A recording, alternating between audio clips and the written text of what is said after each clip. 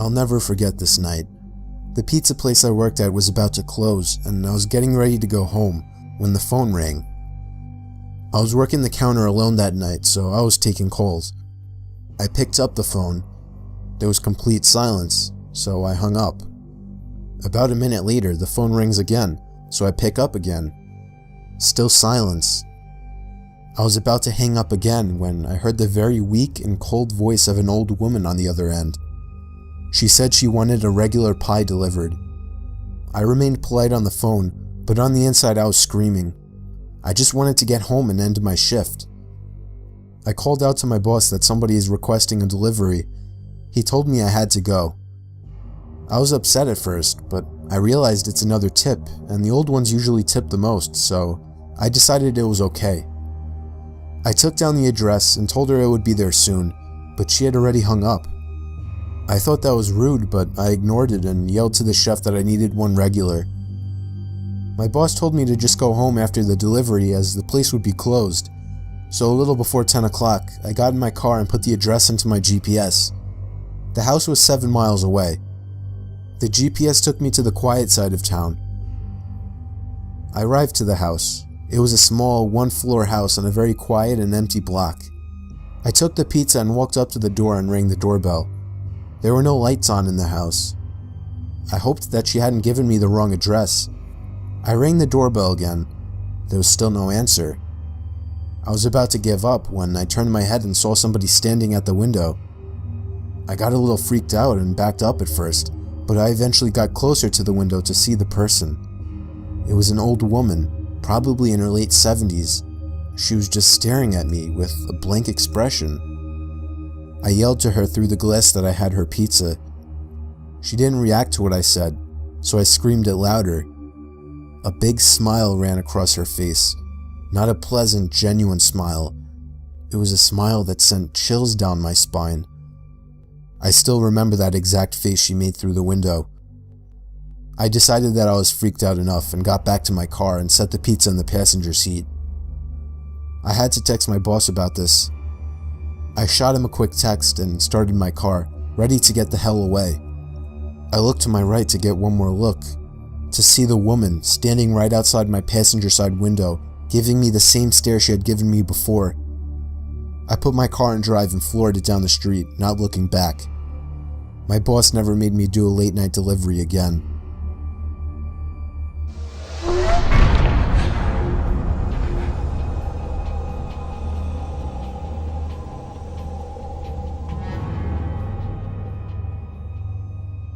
This happened 4 years ago when I was still in high school.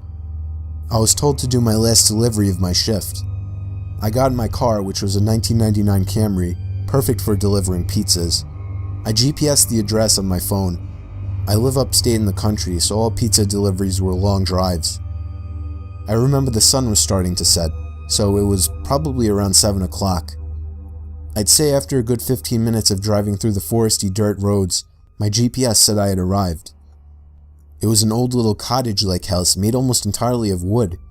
It was sitting all by itself in the middle of absolutely nothing but forest. The lawn was completely unkempt, as the grass was almost at knee height.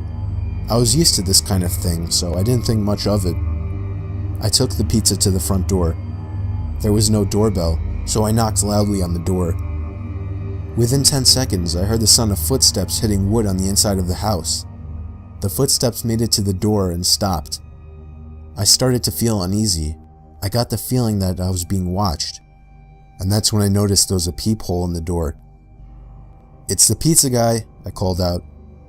I heard a low, harsh-sounding voice on the other side of the door, telling me to bring the pizza out back. I didn't like the idea of going back there. Something didn't seem right. "Are you sure, sir?" I called out. He didn't answer my question. The sound of footsteps didn't move away from the door, so I had the feeling he was still watching me. I almost found myself walking back to my car, but I decided I didn't want any trouble with my boss. The last time I brought a pizza back, he gave me attitude, so I reluctantly walked through the uncut grass and around the small house to the back. I remember there was a shed and a little patio back there. In the patio, there was a table with 4 chairs surrounding it. In one of the chairs, facing away from me, I saw the head of somebody sitting in the seat. I began walking over and said, "Excuse me," but the person didn't even move an inch. "Excuse me," I said again louder.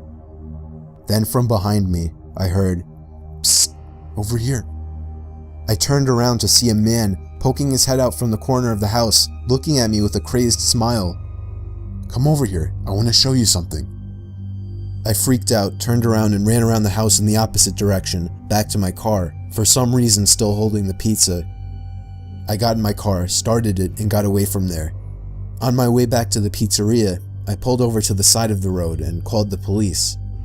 Eventually, I was informed that there was no sign of anybody having been in that house for a long time. I quit my delivery job a few days after that. I have no idea what would have happened to me had I gone up to that man, but to this day, I still wish I had just turned my head to see who or what was sitting in that patio chair.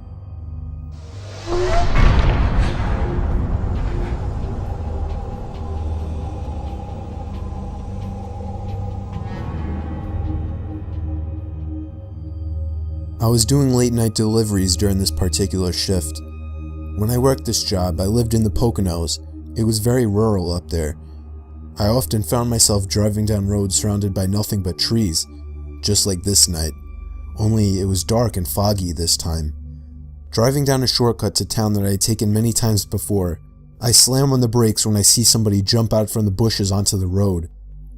The sickening bump and thump from the front of the car confirmed that I had hit the person.